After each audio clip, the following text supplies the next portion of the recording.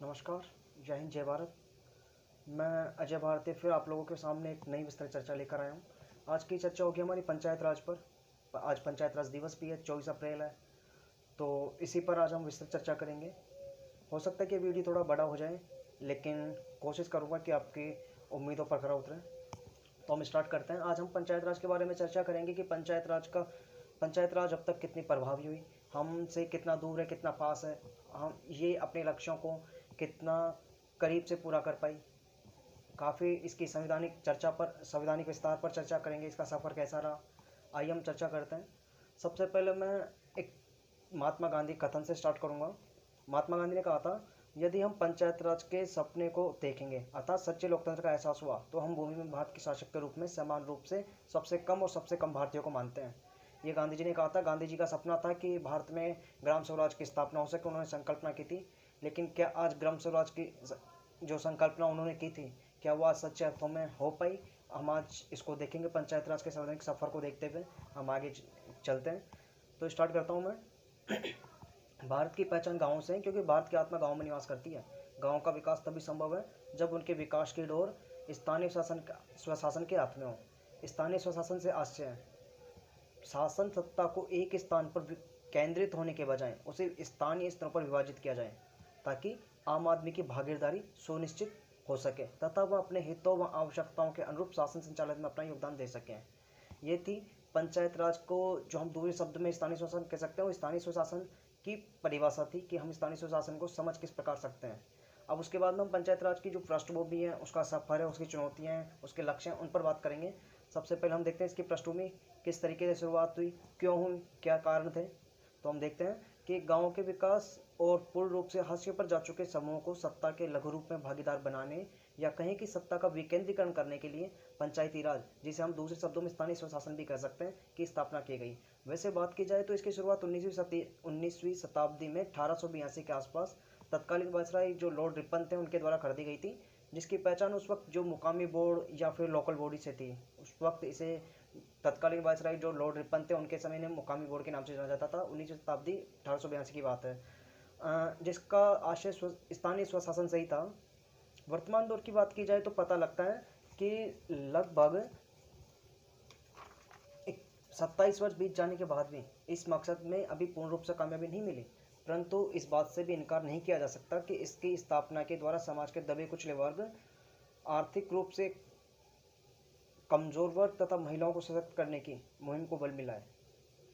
2010 में पहली बार पंचायत राज दिवस मनाए जाने के बाद हर वर्ष 24 अप्रैल को पंचायत राज दिवस मनाया जाता है, और आज 24 अप्रैल है, पंचायत राज दिवस भी है।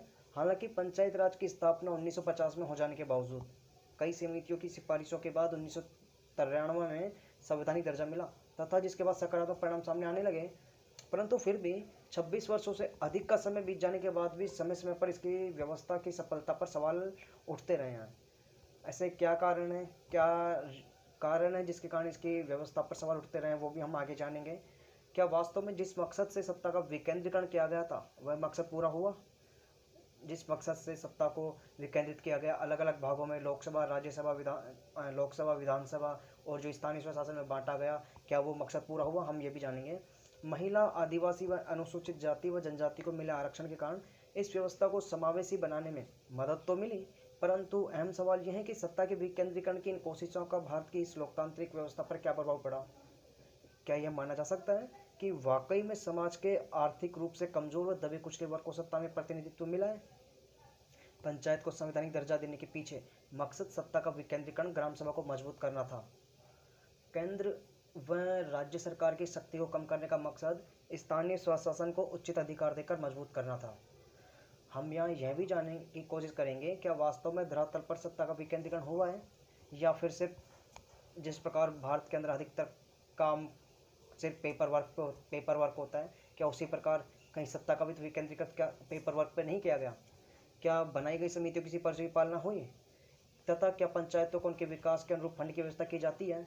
जिस प्रकार जो जितना फंड की आवश्यकता पंचायत को अपने स्थानीय कार्यक्रमों को पूरा करने के लिए जो स्थानीय ज़रूरतें होती हैं, पानी की व्यवस्था है, सड़क की व्यवस्था है, चिकित्सा की व्यवस्था है, या प्राथमिक शिक्षा की व्यवस्था है, जिसके लिए क्या पंचायत को जरूरी फंड की भरपाई होती है, हम ये भी जानने की कोशिश करेंगे। जानेंगे कि क्या महिला आरक्षण को पंचायत राज में कामयाबी मिली तो कितनी मिली, देखते हैं। अब हम शुरुआत करते हैं पंचायत राज की व्यवस्था का सफ़र, इसका संवैधानिक विकास किस प्रकार हुआ, हम जानने की कोशिश करेंगे कहाँ से शुरू हुआ और आज कहाँ तक पहुँचा है। ठीक है, हम शुरुआत करते हैं। स्थानीय स्वशासन के रूप में 19वीं शताब्दी में तत्कालीन वायसराय लॉर्ड रिपन द्वारा 1882 में स्थापना की गई, जिसे मुकामी बोर्ड के नाम से जाना जाता है, मुकामी बोर्ड के नाम से जाना जाता था। अभी नहीं है, अब तो इसे पंचायत राज के नाम जाना जाता था, उस वक्त मुकामी बोर्ड के नाम जाना जाता था, और जो पंचायत राज उसको स्थानीय स्वशासन के नाम से भी जाना जाता है। भारत सरकार अधिनियम 1919 जो 1919 है, उसके बाद कई प्रांतों में पंचायत की नींव डाली गई, परंतु उतनी लोकप्रिय नहीं हुई। 1919 के बाद कई प्रांतों में पंचायत की नींव डाली गई थी, लेकिन वो उतनी सक्सेसफुल नहीं हो पाई जितनी कल्पना की गई थी। फिर गांधी जी के ग्राम स्वराज के सपने को पूरा करने के उद्देश्य से जनवरी 1957 में सामुदायिक विकास कार्यक्रम और राष्ट्रीय विस्तार सेवा के कार्यों के लिए सबसे जो पहली समिति थी, बलवंत राय मेहता समिति, उसकी स्थापना की गई, जिसने सत्ता का विकेंद्रीकरण करने के लिए तथा समाज के हर वर्ग को साथ लाने के लिए उद्देश्य से त्रिस्तरीय पंचायत पद्धति की सिफारिश की। जनवरी 1958 में राष्ट्रीय विकास परिषद ने बलवंत राय समिति की सिफारिशों को मान लिया। जो राष्ट्रीय विकास परिषद थी उसने जनवरी 1958 के अंदर बलवंत राय मेहता द्वारा जो सिफारिशें दी गई थी उनको मान लिया गया। तब जनवरी 1958 में प्रथम प्रधानमंत्री नेहरू ने राजस्थान के नागौर जिले से पंचायत राज की नींव डाली, जो कि 2 अक्टूबर 1959 को डाली गई थी राजस्थान के नागौर जिले से। उसके बाद जो 1970 में जनता पार्टी सरकार थी उसने अशोक मेहता समिति का गठन किया, जिसने द्विस्तरीय पंचायत पद्धति की सिफारिश की। देन राजीव गांधी सरकार आई। राजीव गांधी सरकार ने 1985 में जीवी के राव समिति और 1986 में LM सिंघवी समिति का गठन किया। 1985 में जीवी के राव समिति का, 1986 में LM सिंघवी समिति का राजीव गांधी सरकार द्वारा गठन किया गया था। उससे पहले अशोक मेहता समिति का गठन किया जा चुका था जनता पार्टी सरकार द्वारा 1977 में, जिसने अशोक मेहता समिति ने द्विस्तरीय पंचायत समिति की सिफारिश की थी। अब हम आगे देखते हैं, पंचायती राज संस्थाओं को संवैधानिक दर्जा देने की सिफारिश LM सिंघवी समिति द्वारा की गई थी, जिसका गठन 1986 में हुआ था। उसके बाद गोडगिल समिति आती है 1988 में, जिसने पंचायती राज संस्थाओं को प्रभावशाली बनाए जाने के लिए संवैधानिक दर्जा दी जाने की सिफारिश की। जब पंचायत राज की स्थापना हो रही थी, पंचायत राज बनाया जा रहा था, तो उसके बाद उन्हें काम करने के लिए प्रभावशाली बनाए जाने की जरूरत थी, ताकि वो अपने आत्मनिर्भर हो सके, अपने स्वयं के बल पर कार्य कर सकें। इसके लिए गोडगिल समिति आई 1988 में, जिसने पंचायती राज संस्थाओं को प्रभावशाली बनाए जाने का संवैधानिक दर्जा दिए जाने की सिफारिश की, वो थी गोडगिल समिति। उसके बाद चलते हैं कि लिहाजा हुआ ये कि राजीव गांधी सरकार ने 1989 में पंचायतों को संवैधानिक दर्जा देने के लिए 64वां संविधान संशोधन विधेयक लोकसभा में पेश किया, परंतु राज्यसभा में पारित न हो पाया। उसके बाद 1991 में PV नरसिम्हा राव सरकार ने लोकसभा में संविधान संशोधन विधेयक पेश किया, जो कि दोनों सदनों में पास हुआ।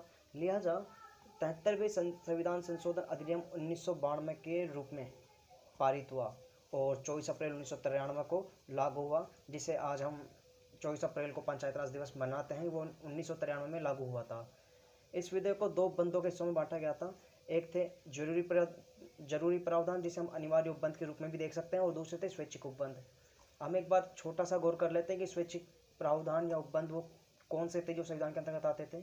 तो उनमें थे जैसे पंचायतों को लगान वसूली और उचित कर, कर्तव्य, टोल और शुल्क के लिए अधिकृत करना, परंतु ये सिर्फ विषयों के रूप में ही बनकर रह गए, ये डिवोल्व नहीं हो पाए। 29 विषय बनाए गए थे, जिसमें से कुछ चुनिंदा राज्य हैं 2-4 जिन्होंने इन विषयों को डिवोल्व किया, अपनी पंचायतों को दिया, जैसे केरल है, कर्नाटक है, पश्चिम बंगाल है। आज उनमें पंचायतों की स्थिति बाकी राज्यों की तुलना में अच्छी है। हम आगे चलते हैं, परंतु कुछ गिने चुने राज्यों को छोड़कर अधिकतर राज्यों ने पंचायतों को अधिकार न देकर इन्हें स्वयं के पास रखा, क्योंकि उनकी शक्तियाँ कमज़ोर होने का उन्हें डर था। अब हम आगे चलते हैं, देखते हैं संविधान में भाग 9 को जोड़ दिया गया, जिसका शीर्षक रखा गया पंचायत, जिसमें अनुच्छेद 243 से 243 ओ भी जोड़ा गया, जिससे पंचायत से संबंधित कई प्रावधान निहित हैं। इन सब के साथ भारतीय संविधान में 11वीं अनुसूची में 29 विषय शामिल किए गए, जो पंचायतों के विकास के लिए समायोजित किए गए थे। साथ ही अधिनियम में प्रावधान किया गया कि अनुसूचित जाति की आबादी के अनुपात में सीटें आरक्षित हों, ताकि अनुसूचित जाति के जो लोग हैं उन्हें उनका अधिकार मिल सकें। अधिनियम में महिलाओं के लिए भी 1/3 सीट आरक्षित की गई थी, जिसे कुछ राज्यों ने बढ़ाकर 50% तक प्रावधान कर दिया। ऐसे राज्यों की संख्या 20 है जिन्होंने 50% तक महिलाओं के आरक्षण के लिए प्रावधान किया।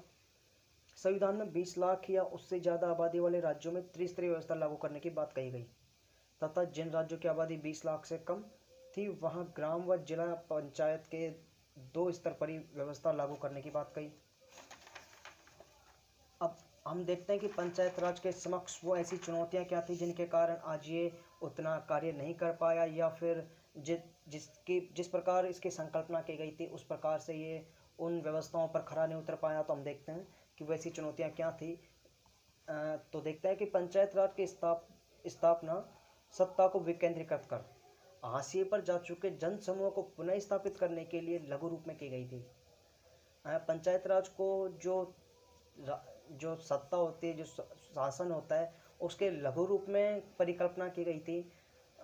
तो ताकि हाशिए पर जो जा चुके जो जन समूह हैं, जो लोग हैं, उन्हें वापस इसमें उनके विकास के लिए उन्हें प्रगतिशील बनाया जा सके, उन्हें लाया जा सके, ताकि फिर भारत की लोकतांत्रिक व्यवस्था को भारतीय भागीदारी लोकतंत्र बदला जा सके। हाशिए पर जा चुके समूहों को पुनः स्थापित करने के लिए लघु सत्ता के रूप में स्थापित किया गया, लघु रूप में। वो इसलिए किया गया ताकि भारत की जो लोकतांत्रिक व्यवस्था है उसको भागीदारी लोकतंत्र में बदला जा सके, क्योंकि लोकतंत्र तब तक सच्चे अर्थों में नहीं हो सकता, तब तक उसमें उसे भागीदारी लोकतंत्र में ना बदला जा सके जब तक अंतिम व्यक्ति तक का लोकतंत्र में भागीदारी ना हो उसके साथ, जिससे पंचायत व्यवस्था आर्थिक रूप से कमजोर व दबे कुचले वर्गों की आवाज़ बनकर उनका व साथ ही गाँव का सर्वांगीण विकास कर सके। परंतु इनके समक्ष आ रही चुनौतियां जो कि राजनीतिक, आर्थिक व सामाजिक प्रकार की है, विकास में बाधा बनकर खड़ी है। पंचायत राज की जो समक्ष जो मेन चुनौतियां थी वो थी 3 प्रकार की थी, राजनीतिक, आर्थिक और सामाजिक। तो हम उन्हें 1 बाय 1 कर देखेंगे। सबसे बड़ी चुनौती कार्य और फंडों के अभाव में पर्याप्त हस्तांतरण। पंचायतें संवैधानिक प्रावधानों के अनुरूप कार्य नहीं कर पाती है। जो सबसे बड़ी चुनौती थी राजनीतिक, जो कि फाइनेंशियल से संबंधित थी, उसमें यह था कि फंड का जितना फंड पंचायतों को चाहिए था, जितना अनिवार्य था, जितना उन्हें जरूरी था विकास कार्य करने के लिए, उतना उनको पर्याप्त हस्तांतरण नहीं हो पाता था, जिसके कारण संवैधानिक प्रावधान के अनुरूप वे कार्य नहीं कर पाती थी, उनके आड़े आ रहे थे। लगभग सभी राज्यों ने अपने यहाँ संवैधानिक रूप से जरूरी उपबंधों को ही लागू किया है। जो स्वैच्छिक उपबंध थे, जो कि जैसे मैंने पीछे बात कही थी, जिसमें थे पंचायतों को लगान वसूली और उचित कर्तव्य, टोल और शुल्क के लिए अधिकृत करना, ये ऐसे हैं जो कि स्थानीय कार्य हैं जिससे पंचायतों का आत्मनिर्भर बनाया जा सकता है। उनके समक्ष जो चुनौतियां आ रही होती है उनसे निपटने पे उन्हें आसानी होती है, ताकि उनके पास खुद की फाइनेंशियल कंडीशन अच्छी होती है, जिससे वे जैसा चाहे वैसा विकास कार्य कर सकते हैं, उन्हें आसानी होती है। उसके बाद हम देखते हैं कि स्वैच्छिक उपबंध पर पूरी तरह अमल किया जाना बाकी है, जिसके कारण ज़्यादातर राज्यों की पंचायत राज संस्थाओं को वित्तीय लेन देन सुनिश्चित नहीं किया गया है। दलगत राजनीति तथा सियासी दखलंदाजी के कारण भी इनके विकास में बाधा व राजनीतिक अखाड़ा बनती जा रही है। यही बड़ा कारण है कि लोकसभा व विधानसभा चुनाव की तरह पंचायत चुनाव भी धनबल व बाहुबल के कारण दूषित राजनीति का शिकार हो रहे हैं। लगातार जो लोकसभा और विधानसभा चुनाव में जिस तरीके से धनबल और बाहुबल का प्रयोग किया जाता है, उसी प्रकार पंचायत राज में भी अब धीरे धीरे जो धनबल का और बाहुबल का प्रयोग बड़े मात्रा पर किया जाने लगा है, जिससे चुनावी हिंसा भी लगातार बढ़ती जा रही है। जिससे क्या हुआ है कि ये पंचायत राज के अंदर महत्वपूर्ण चुनौती बनकर उभरी है। इसमें एक चुनौती यह भी है कि अशिक्षा तथा महिला साक्षरता कम होने का महिला आरक्षण की संकल्पना पूर्ण होती नहीं दिखाई दे रही है। जिस प्रकार कुछ राज्यों ने 20 राज्यों ने 50% तक आरक्षण महिलाओं के लिए घोषित किया और कुछ राज्यों में 1/3 सीट आरक्षित की गई, वो संकल्पना अभी पूरी तरह व्यवस्थाओं के अनुरूप होती दिखाई नहीं दे रही है, धरातल पर नहीं आ रही है, जिसका सबसे बड़ा कारण महिला साक्षरता कम होना, अशिक्षा का फैलाव बड़ा मुख्य कारण है। उसके बाद हम चलते हैं, अगर कुछ महिलाएं शिक्षित हैं या फिर अशिक्षा के कारण जब वो महिला सरपंच बन जाती है तो ग्रामीण क्षेत्रों में सरपंच पति प्रधानपति, यूपी के अंदर जिसे प्रधानपति के नाम से जाना जाता है, की संकल्पना भी अशिक्षित महिलाओं के कारण ही संभव हुई है। इसके कारण महिला आरक्षण अर्थहीन होता प्रतीत होता है। केंद्र व राज्य सरकार के सरकारी निधि पर भी अत्यधिक निर्भरता तथा पंचायतों द्वारा राजस्व की उगाही न करना भी पंचायत के सामने एक जटिल समस्या बनकर उभरी है। ग्रामीण क्षेत्रों में विकास के कार्यों का मूर्त रूप न लेना या देरी का होना। ग्रामीण कार्य क्षेत्र है, वहाँ पे जो विकास कार्य चल रहे हैं वो या तो मूर्त रूप ले नहीं पाते हैं, या फिर अगर देरी होती है उसमें पंचायत संस्थानों का सबसे बड़ा रीजन है कि आत्मनिर्भर न होना, उनकी जो फाइनेंशियल कंडीशन है वो ख़राब होना। जितना उनको फंड चाहिए होता है उतना उन्हें फंड मिल नहीं पाता, और जो मिल पाता है उसके लिए भी उन्हें काफ़ी सारी मेहनत, या कहें कि जो प्रखंड कार्यालय होता है वहाँ पे आना जाना लगा रहता है। इस कारण उनका वो विकास कार्य मूर्त रूप नहीं ले पाते हैं। उसके बाद देखते हैं कि राज्य वित्त आयोग का गठन किया गया था ताकि इनको फाइनेंशियल कंडीशन देखा जा सके, जो कि राज्य वित्त आयोग का जो गठन किया गया था अनुच्छेद 243 आई के अंदर आता है, जिसके अंदर राज्यपाल द्वारा प्रत्येक 5 वर्ष में इसका गठन किया जाता है। इसका जो मेन उद्देश्य था वो था कि निधि सुधार व सुधार के उपाय सुझाने व वित्तीय स्थिति की समीक्षा की जा सके ताकि पंचायतों को धन मुहैया करा जा सके इसके द्वारा।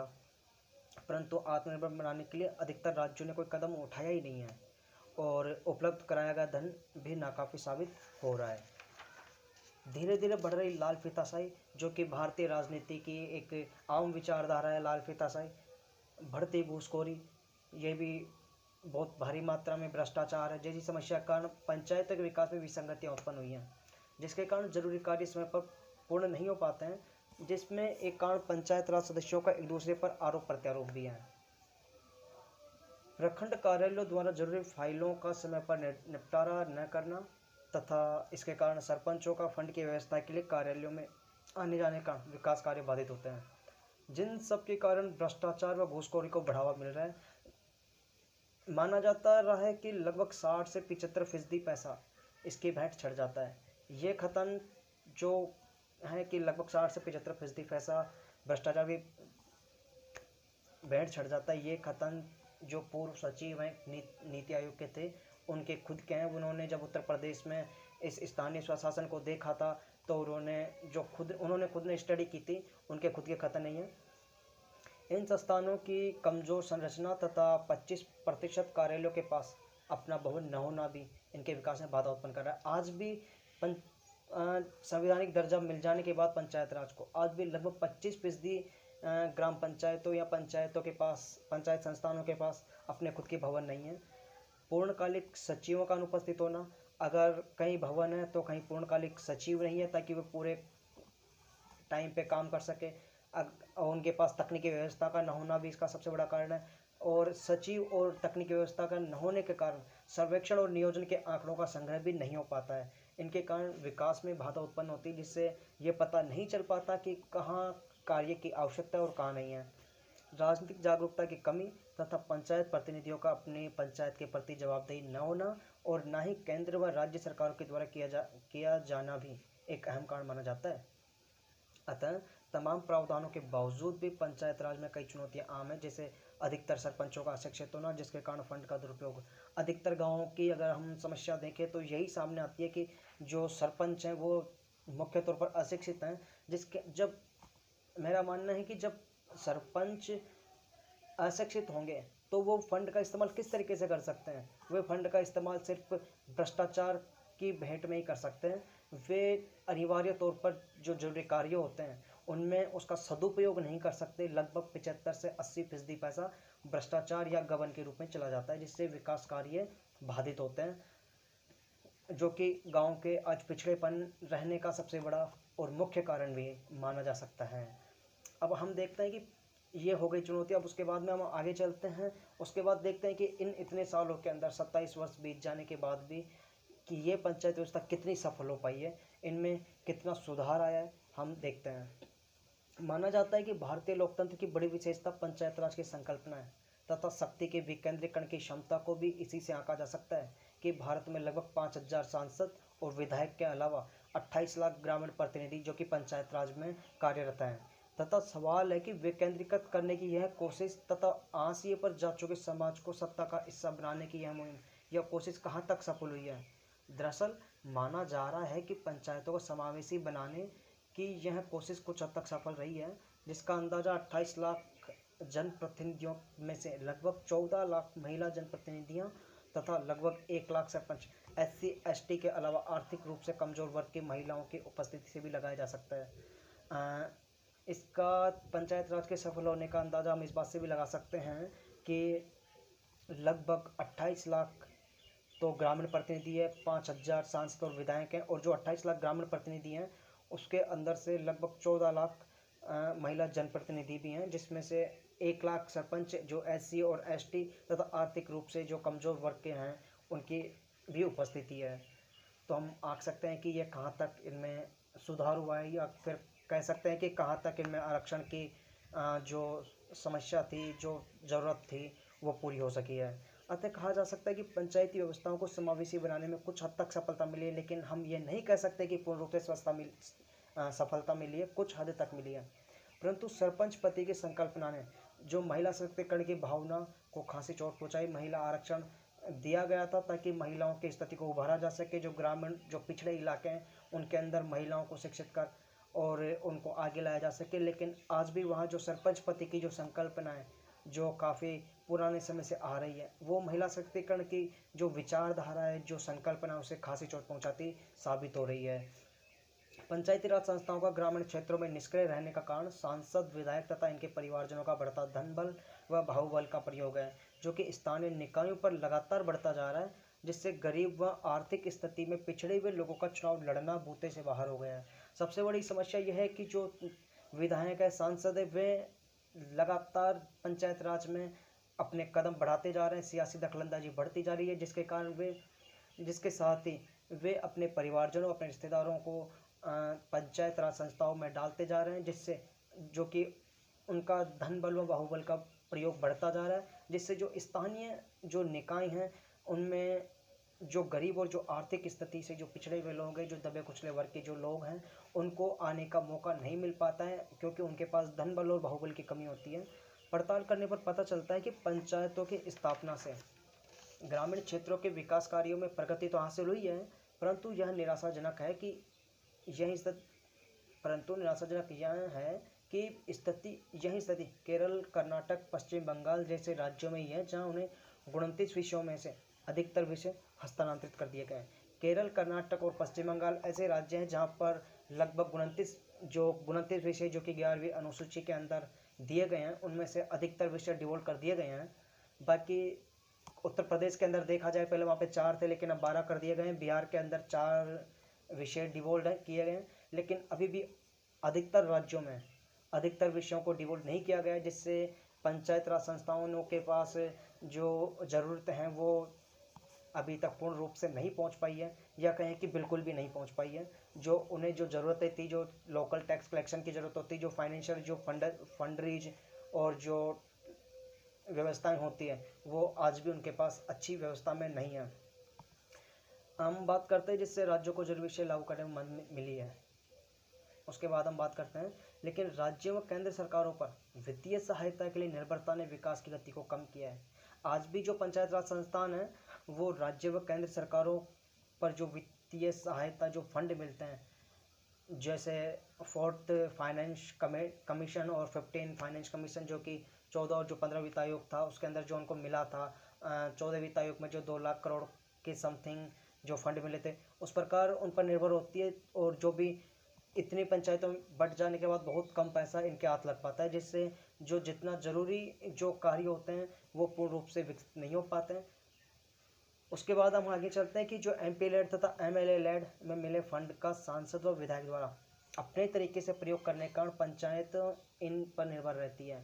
जो MP लेड तथा MLA लेड, जो MP और MLA के पास जो फंड होते हैं, अपने लेड होते हैं, वो उन फंड का प्रयोग अपने तरीके से करते हैं। पंचायतों को वे दूर रखकर कार्य करते हैं, क्योंकि उन्हें डर होता है कि कहीं पंचायत को फंड दिए जाने पर, पंचायतों के द्वारा विकास कार्य किए जाने पर कहीं उनकी शक्ति कमज़ोर ना पड़ जाए, उनकी जो सीट है, उनकी जो पोजीशन है वो खतरे में ना आ जाए। जिन सबके कारण स्वराज का सपना पूरा होता दिखाई नहीं दे रहा है, इन सबसे जाहिर होता है कि पंचायतों के लिए अभी बहुत, या कहें कि पंचायतों की बेहतरी के लिए बहुत किया जाना बाकी है। कॉन्ट्रैक्टर लेड पंचायतों का हो जाना भी एक समस्या के रूप में सामने है, जो कि फंड के कारण ये ऐसी समस्याएं आम हो जाती हैं। वैसे कुछ राज्यों में महिला सभा की शुरुआत एक अच्छी पहल मानी जा सकती है, जैसे तमिलनाडु के अंदर महिला सभा की शुरुआत की गई है। बिहार के अंदर स्वयं सहायता समूहों के द्वारा भी महिलाओं की स्थिति में अच्छा सुधार आया है, जो कि लगभग 40,000 स्वयंसेवी संस्थाएं वहाँ कार्यरत हैं, जहाँ तक मुझे अनुमान है। अब हम देखते हैं कि अब इसमें सुधार के लिए आगे की राह क्या है, इसको किस तरीके से इनमें परिवर्तन किया जा सकता है, और पंचायतों को जो एक ग्राम स्वराज की स्थापना के लिए जो मकसद रखे गए थे, इन्हें किस तरीके से पूरा किया जा सकता है। तो आइए देखते हैं। पंचायत राज की स्थापना का उद्देश्य है ग्रामीण क्षेत्रों के विकास को बेहतर आवास अवसर उपलब्ध करवाना तथा राष्ट्र की उन्नति में सक्रिय रूप से भागीदार बनाना है। लेकिन इन सब में रास्ता कठिन नजर आता है। स्वशासन की बेहतरी व उन्नति के लिए ग्रामीण समुदायों में अच्छी शिक्षा की पहुंच, राजनीतिक समझ, अधिकार तथा कर्तव्य के प्रति जागरूकता सुनिश्चित करनी होगी। जनप्रतिनिधियों के उत्तरदायित्व को सुनिश्चित तथा किए जा रहे कार्यों के मॉनिटरिंग को भी सुनिश्चित करना होगा। जो पंचायत राज के जो जनप्रतिनिधि हैं, उनके उत्तरदायित्व को सुनिश्चित करना होगा, ताकि उनकी जो अकाउंटेबिलिटी है वो निर्धारित की जा सके। उनकी जो मॉनिटरिंग है, उनके द्वारा जो कार्य किए जा रहे हैं, उनको सुनिश्चित करना होगा, ताकि उनके बेहतर परिणाम सामने आ सकें, जिससे गबन भ्रष्टाचार जैसे कार्यों पर नियंत्रण लगाया जा सके। महिला शिक्षा को अनिवार्य रूप से बढ़ावा दिए जाने की ज़रूरत है, ताकि कई राज्यों द्वारा किए गए 50% आरक्षण का उन्हें फ़ायदा मिल सके, जो कि लगभग 20 राज्यों के अंदर 50% आरक्षण महिलाओं को दिया गया है। इन संस्थानों में सत्ता लोभ के कारण बढ़ रही सियासी दलों की भूमिका को प्रतिबंध की जाने की जरूरत है। चुनाव प्रचार से लेकर बूथ स्तर तक बढ़ रहे जातिवाद व संप्रदाय तथा दलगत राजनीति ने भी इन संस्थानों की छवि को बेहद नुकसान पहुंचाया, जिसे प्रतिबंध करने की जरूरत है। तथा साथ ही पंचायत के विकास के लिए उन्हें आत्मनिर्भर बनाया जाए तथा स्थानीय कर संग्रह जैसे अधिकार सौंपे जाने की जरूरत है। स्थानीय कर संग्रह जैसे अधिकार दे जाने पर पंचायतों के अंदर एक बहुत बड़ा बदलाव संभव है, जिससे जो कि लोकल टैक्स कलेक्शन होता है, स्थानीय कर संग्रह होता है, जिससे जो मैंने पीछे बात की थी उसके द्वारा, जैसे पानी का टैक्स है, बिजली की व्यवस्था है, जो लगान वगैरह होता है, जो शुल्क होता है, जो उनके खेतों के वगैरह, उससे उनके जो जब कर संग्रह बढ़ेगा तो वे अपने अनुरूप कार्य कर पाएंगी, और उससे उनकी जवाबदेही, उनकी अकाउंटेबिलिटी भी निर्धारित होगी, जब वे जनता से परोक्ष रूप से प्रत्यक्ष रूप से टैक्स कलेक्शन करेंगे। तो उसके बाद हम देखते हैं कि गांव का देश होने के कारण भारत का सर्वांगीण विकास तभी संभव है जब गांव का विकास सुनिश्चित हो। भारत का विकास करने के लिए हमें गांव का विकास सुनिश्चित करना ही होगा, तभी जाकर भारत की तरक्की होगी या भारत का सर्वांगीण विकास होगा। यह विकास सिर्फ और सिर्फ पंचायतों की सफलता पर निर्भर करता है, क्योंकि भारत की जो अधिकांश जनसंख्या है वो पंचायत समितियों या पंचायत राज के अधीन आती है। यह भी ध्यान देना आवश्यक है कि पंचायत संस्थानों द्वारा योजना का बेहतर समन्वय तथा क्रियान्वयन उचित प्रकार से हो। एमपी तथा एमएलए की शक्तियों को सुनिश्चित किया जाए, ताकि ये संस्थान अपना कार्य आसानी से कर सकें, क्योंकि एमपी और एमएलए के द्वारा पंचायत राज संस्थानों में धीरे धीरे बढ़ती जा रही दखलंदाजी भी पंचायत राज संस्थाओं के विकास में और गाँव के विकास में बड़ी खामी नज़र आती है, क्योंकि इनका परोक्ष रूप से पंचायत राज संस्थानों में कदम बढ़ाना पंचायत राज संस्थानों की छवि को धक्का पहुंचाता है, क्योंकि इन्हें फाइनेंशियल कंडीशन नहीं मिल पाती, इस कारण ये अपेक्षित परिणाम नहीं दे पाते हैं। पंचायत के प्रतिनिधियों को स्वतंत्र अधिकार दिए जाने की जाए, ताकि वे स्वयं निर्णय ले सकें, ताकि उचित अर्थों में सत्ता का विकेंद्रीकरण हो सके। सुनिश्चित करना होगा कि उन्हें स्थानीय स्तर पर कर उगाही करने का पूरा अधिकार दिया जाए, जिससे इन संस्थानों में व्याप्त विसंगतियां दूर हो तथा वे आत्मनिर्भर बन सकें तथा जनता के प्रति उनकी जवाबदेही तय हो सके। पंचायती राज मंत्रालय द्वारा चलाई गई ई गवर्नेंस की योजना का कड़ाई से पालन सुनिश्चित हो। जो पंचायत राज मंत्रालय द्वारा जो ई गवर्नेंस की जो योजना चलाई गई है, उसका जब कड़ाई से पालन होगा तो भी जरूरी जो अपेक्षित परिणाम है, जिनकी हम कल्पना कर सकते हैं, वे परिणाम सामने आ सकते हैं। तथा यह भी सुनिश्चित किया जाए कि पंचायत राज के द्वारा ग्राम स्वराज के सपने को पूर्ण रूप से स्थापित किया जा सके। तो ये थी पंचायत राज संस्थान जिनके मैंने आपसे बात की, जिनके बारे में चर्चा की। हमने इसका संवैधानिक विकास देखा, किस प्रकार से इनका सफ़र हुआ, इनकी पृष्ठभूमि देखी। उसके बाद हमने इनकी जो स्वैच्छिक जो प्रावधान है वो इनको पंचायतों को किस प्रकार मिलने चाहिए, कितनी क्या ज़रूरत है, हमने वो देखा। उसके बाद हमने इनके जो समक्ष आ रही जो चुनौतियां हैं वो देखा, और पंचायत राज कितना सफल हुआ है और आगे की राह क्या है। इन सब के बाद भी पंचायतों का विकास कितना है वो लगातार जारी है।